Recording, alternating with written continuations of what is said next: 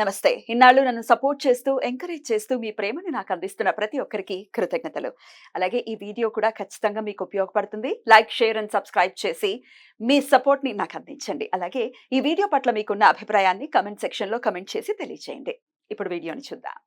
నమస్తే, welcome to our channel. నేను పద్మిని. ప్రస్తుతంతో పాటు ప్రముఖ ఆధ్యాత్మికవేత్త, ప్రముఖ న్యూమరాలజిస్ట్ లక్ష్మీ నరసింహస్వామి ఉపాసకురాలు శ్రీమతి స్రవంతి గారు మనతో పాటు ఉన్నారు. మాట్లాడదాం. నమస్తే అక్క. నమస్తే పద్మిని. అక్క, బహుళపక్ష అష్టమి వచ్చేస్తోంది. అయితే అది శనివారం నాడు వస్తోంది. విశేషంగా శనివారం అష్టమి, కాలాష్టమి. ఈ కాలాష్టమిని డెఫినెట్ గా ప్రతి అష్టమికి కూడా చెప్తూ ఉన్నారు. ప్రత్యేకమైన తిథులు అస్సలు మిస్ కాకుండా పౌర్ణమి, అమావాస్య, ఏకాదశులు, చవితి, అలాగే అష్టమి ఖచ్చితంగా చెప్పుకుంటున్నాం కాబట్టి చెప్పటక్క ఈ అష్టమిని ఎట్లా వినియోగించుకోవచ్చు. అయితే టైం విషయంలో ఒక డౌట్ కూడా వస్తుంది. రాత్రి వరకు ఉంది కదా సప్తమి, ఎలాగా ఆ రోజే సాటర్డే ఎట్లాగో దాని గురించి కూడా ఒకసారి చెప్పండి. అయితే మనం ఏ తిథిని చూసుకున్నా కూడా కొన్ని సూర్యోదయం ఉన్నప్పుడు ఉండాలి, కొన్ని తిథులేమో చంద్రోదయానికి ఉండాలి అని చూసుకుంటాం. ఇప్పుడు చవితి మామూలుగా మనం వినాయక చవితి అనుకో పొద్దున పూట ఉండాలి అని చూసుకుంటాం కదా. వినాయక చవితి చేసేటప్పుడు మార్నింగ్ అవర్స్ లో చవితి ఉండాలి అనేది కంపల్సరీగా ఉండాలి. మనకి పూజ చేసుకునే టైంకి చవితి ఉండాలి. అలాగే మనం సంకటహర చతుర్థి చేసుకున్నాం అనుకో సాయంత్రం పూట ఉండాలి ఖచ్చితంగా, చంద్రుడికి సంబంధించి ప్రదోషంలో ఉండాలి. అయితే ఇలా అష్టమి వచ్చినప్పుడు మాత్రం నిషేధి కాలంలో అంటే రాత్రి పూట అష్టమి ఉంటే చాలా మంచిది. అంటే రాత్రి మొత్తం వ్యాప్తి ఉన్నది చాలా మంచిది అని చెప్పి. ఎందుకు అని అంటే ఇక్కడ కూడా అష్టమి రోజు కూడా చంద్రుడిని ఇంపార్టెన్స్ గా తీసుకుని చెప్తాం అనమాట. ఏ తిథికైనా కళ్ళలు మారడం అనేది చంద్రుడికి పరిపాటిగా ఉంటుంది. అయితే అష్టమి రోజు మాత్రం 2 అష్టములకి ఒకేలా ఉంటాడట చంద్రుడు. కాబట్టి అష్టమి తిథి చాలా ఇంపార్టెంట్ అయినది అని చెప్పి మనం తెలుసుకోవాలి. ఇక్కడ కూడా ఎందుకు అష్టమి ఇంపార్టెంట్ అంటే చంద్రుడికి సంబంధించి ఆయన ఒకలానే ఉంటాడు కాబట్టి, సమంగానే ఉంటాడు కాబట్టి ఇక్కడ కూడా మనం నిషేధి టైంలో మనకి అష్టమి ఎక్కువగా ఉన్నప్పుడు పూజ చేసుకుంటే చాలా మంచిది. సో సాటర్డేనే చేసుకోవాలి. సాటర్డే 27వ తారీఖు. ఇక్కడ చూసుకుంటే శనివారం నాడు మనం శివుడికి మరో రూపమైన కాలభైరవుణ్ణి పూజించుకోవడం అనేది పరిపాటి. అయితే కాలభైరవుణ్ణి పూజిస్తే, రాత్రి వేళల్లో పూజిస్తే కనుక ఎక్కువగా మనకి ఇంకా మంచి ఫలితం అనేది ఉంటుంది అని కూడా చెప్తారనమాట. అంటే మీరు ఈ టైంకే పూజ చేయండి అట్లా ఉండకుండా కొంచెం 9 8:30 ఆయన చదువుకుంటే చాలా మంచిది. ఏదో రాత్రిపూట చదివేసుకుంటే ఏదో మనము వామాచారం చేసేస్తున్నట్టుగాను లేకపోతే తాంత్రిక పూజలు చేసేస్తున్నట్టుగాను ఫీల్ అవ్వడం అనేది పొరపాటు. లింగోద్భవం నిషేధి కాలంలో రాత్రి అర్ధరాత్రి 12ంటికి జరిగింది. అది వామాచారం అనకూడదు కదా. అదే దయచేసి దాన్ని అయితే అనకండి. అలా అన్నమాట. కాబట్టి ఏ టైంలో అయితే మనం చేసుకుంటే అత్యంత పుణ్య ఫలితం అనేది మనకు ఉంటుందో, బాధలన్నీ తొలగిపోవాలి. మనిషి సంతోషంగా ఉన్నప్పుడు దేవుణ్ణి ఇంకొంచెం ఎక్కువగా పూజించుకోవచ్చు అని అంటే ఇప్పుడున్న బాధలన్నీ తీరిపోవాలి. కాలభైరవుణ్ణి ఎవరెవరు పూజించాలి?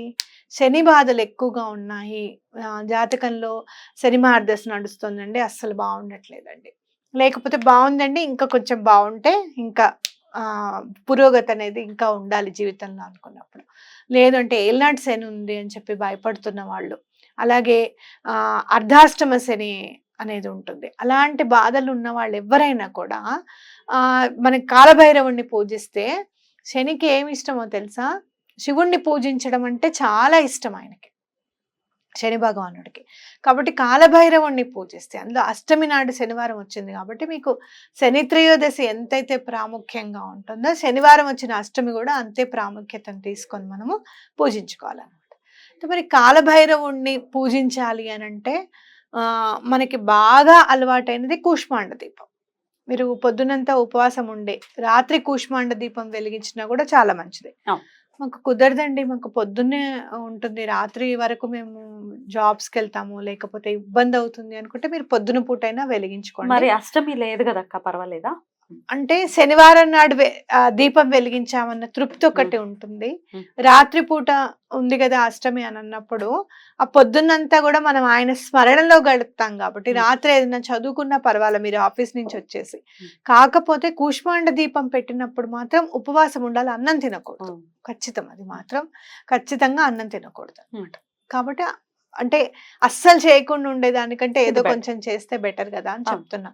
సరే మీకు కూష్మాండ దీపం కుదరలేదనుకోండి, ఉమ్. చక్కగా కొబ్బరి ఉంటుంది కదా, ఎండిపోయిన కొబ్బరి కుడక. కుడకలు అంటారు. ఉమ్. ఆ కుడకలో చక్కగా నువ్వుల నూనె వేసి దాంట్లో కూడా దీపం పెట్టుకోవచ్చు. బ్యూటిఫుల్. ఎలా పెట్టుకోవాలక్క? ఒక ప్లేట్ కుడక ఒక నవధాన్యాలు వేసేసి ఆ కుడకని దాని మీద పెట్టేసి నువ్వుల నూనె వేసేసి దీపాలు పెట్టడమే. కుడకకు పసుపు ఏమైనా రాయాలా? మన పైన రాసుకోవడమే. నేను లోపల మామూలుగా ఊరికనే అంటించినట్టుగా అంటిస్తాను కానీ మరీ పూసేయను. అంటే ఎక్కువగా పసుపు ఏం పెట్టను. ఎందుకంటే దీపం ఒక్కొక్కసారి ఒత్తంతా ఘృతం అవుతుంది అనమాట. ఘృతం అయినప్పుడు ఈ పసుపు కూడా దాంట్లో ఇదైపోతుంది కదా అన్న ఉద్దేశంతో కొద్దిగా మామూలుగా నీళ్ళగానే పసుపుని రాసుకొని పెడతాను అనమాట. బొట్లు అవి మీరు పైన బాగా రాసుకొని బొట్లు చక్కగా పెట్టుకోవచ్చు.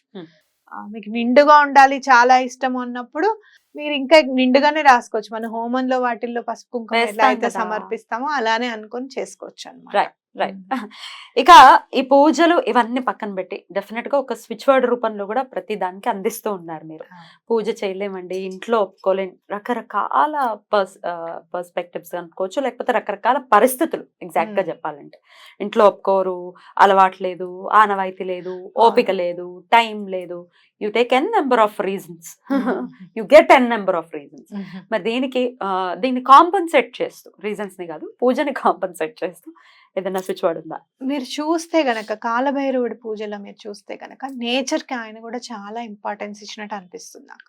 అంటే ఇప్పుడు కూష్మాండ దీపం కానివ్వు, లేకపోతే కుడకల్లో దీపం అయినా కానివ్వు, అలా న్యాచురల్ గా వచ్చేవి ఏమైనా కూడా చాలా పూజలో ఇన్వాల్వ్ చేస్తే మంచిది. మీరు ఇక్కడ ఏం చేస్తారు అంటే తేనె బాటిల్ కొనుక్కోండి.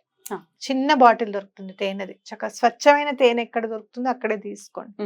అది తీసుకొని మూత ఓపెన్ చేసి స్వామి దగ్గర పెట్టేసి చక్కగా కాలభైరవ అష్టకం మీరే చదువుకోవచ్చు. చదువుకొని bring praise divine, bring praise divine, bring praise divine అని చదవండి. మీరు కావాల్సుకున్న మిరకిల్ జరిగి తీరుతుంది అనమాట. ఏ మిరకిల్ అయినా జరుగుతుంది. బ్రింగ్ ప్రేజ్ డివైన్ మనకి అనిపిస్తుంది. మిరకిల్ అంటే ఏంటి అంటే మనం ఏదన్నా కోరిక తీరినప్పుడు మన మైండ్ ఇది అవ్వదు, ఇది అయ్యే కోరిక కాదు, ఇది తీరే పని కాదు అని అనిపిస్తూ ఉంటుంది మనకి. ఖచ్చితంగా బ్రింగ్ ప్రేజ్ డివైన్ అని అనుకోండి, ఎటువంటి పరిస్థితుల్లోనూ మీకు పని అవుతుంది అనమాట. ఎన్నిసార్లు అనుకోమంటారు? 28 టైమ్స్. కాకపోతే నేను ఎప్పుడు కూడా నెంబర్ మీద కౌంట్ పెట్టుకోకండి అని చెప్తాను. మీ ఇష్టం, ఇంకా మనస్ఫూర్తిగా మీరు ఎన్నిసార్లు చదవగలితే అన్నిసార్లు. మెరకల్ జరుగుతుంది అని అంటున్నారు కాబట్టి డెఫినెట్ గా అట్లాంటి మెరకల్స్ జరగాలి. డెఫినెట్ గా జీవితాలు మారాలి, కష్టాల్లో ఉండకూడదు మన వాళ్ళు. హ్యాపీ లైఫ్ ని లీడ్ చేయాలని మనస్ఫూర్తిగా కోరుకుంటూ thank you so very much అక్క. నమస్తే. నమస్తే.